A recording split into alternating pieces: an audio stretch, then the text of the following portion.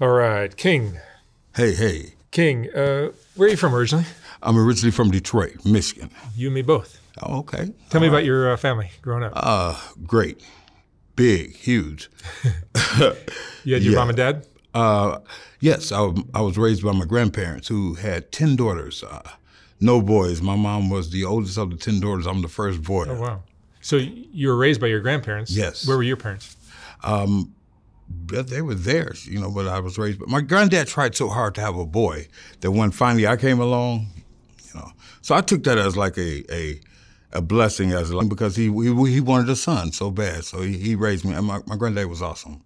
So you had a good childhood? Oh, wonderful, yeah. And how far did you go to school? I went through high school. Yeah, I went through high school. I sing,